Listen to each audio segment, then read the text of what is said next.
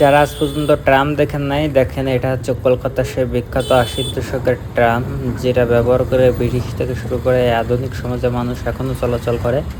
তো দেখুন এটা আমিও দেখে অবাক হয়েছিলাম, মানে ট্রেনের মতনই দেখেন, কিন্তু মানে সেটিংস ফেটিংস সব অন্যরকম, ঠিক আছে।